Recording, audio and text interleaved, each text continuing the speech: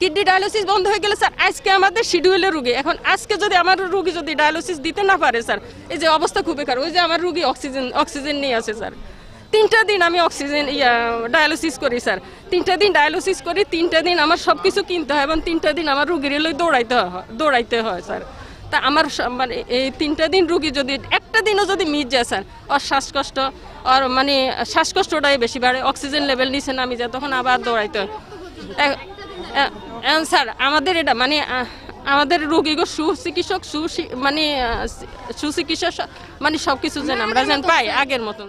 আমরা এখানে যে ফ্যাসিলিটি পাচ্ছি যে ইয়ে থেকে ডিপোর্টের থেকে ধরেন সব লাইব্রেরি থেকে যত ফ্যাসিলিটি ভালো পাচ্ছি, বাইরে কিন্তু আমাদের থেকে এর থেকে 3 গুণ নেওয়া হয়, কথা বুঝছেন? আর আমরা চাচ্ছি আমাদের এটা যেন বন্ধ না হোক, আমরা যেন আমাদের এটা ভালো মতো চালু হোক আগের মতো। বান্ডেল থাকলে প্রতি সেনমানিতে টাকা বাঁচবে। বিকাশ সেনমানি বান্ডেল কিনে জিতুন প্রতি লেনদেনে। মানে যে কুচক্রী মহলের কুমন্ত্রণা, এই প্রতিষ্ঠানটি ধ্বংসের পথে চলে যাচ্ছে, আমরা এটার পুনরুদ্ধার চাই। রোগীদের যেন সঠিক সেবা পায় এবং দেশ এবং জাতি যেন উপকৃত হয়। ডাক্তার শাকিল সাহেব উনি কি উদ্দেশ্যে আসছেন, আসিয়া এখানে একটা বিশৃঙ্খলা প্রথম থেকে সৃষ্টি করে দিয়েছে। আসার আগে এই প্রতিষ্ঠানের প্রয়োজন নাই, এই প্রতিষ্ঠান বন্ধ করে দেওয়া হোক। ওনার যে চিন্তাধারা, যা আমাদের রোগীদের জন্য হিতকর নয়।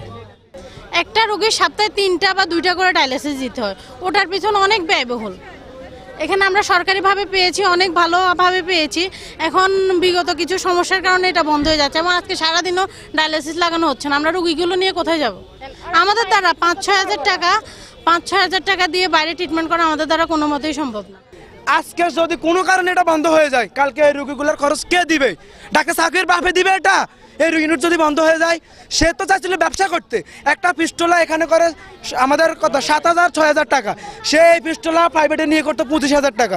আমাদের কাছে অজস্র প্রমাণ আছে, ভুল চিকিৎসা রোগীর ডায়ালিসিস প্রয়োজন নাই, ওই রোগীরা ডায়ালিসিস দিয়ে বসে রয়েছে। একটা কাতার এখানে 4,000 টাকা, সে ডায়ালিসিস চার্জ দিত 15,000 টাকা।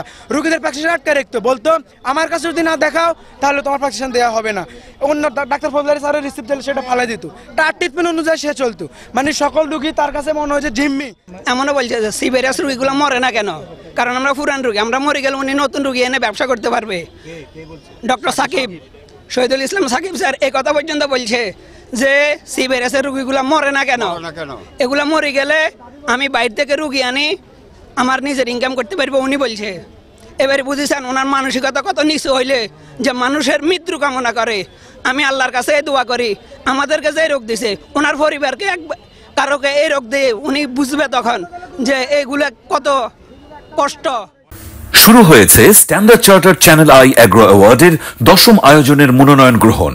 এবার নতুন ক্যাটাগরি বছরের সেরা ছাদ কৃষক সহ মোট 13টি ক্যাটাগরিতে পুরস্কার প্রদান করা হবে। মনোনয়ন গ্রহণ চলবে আগামী 15 জুলাই 2025 তারিখ পর্যন্ত। বিস্তারিত জানতে ভিজিট করুন www.agroaward.com এবং ফোন করুন 018737000556 এই নম্বরে।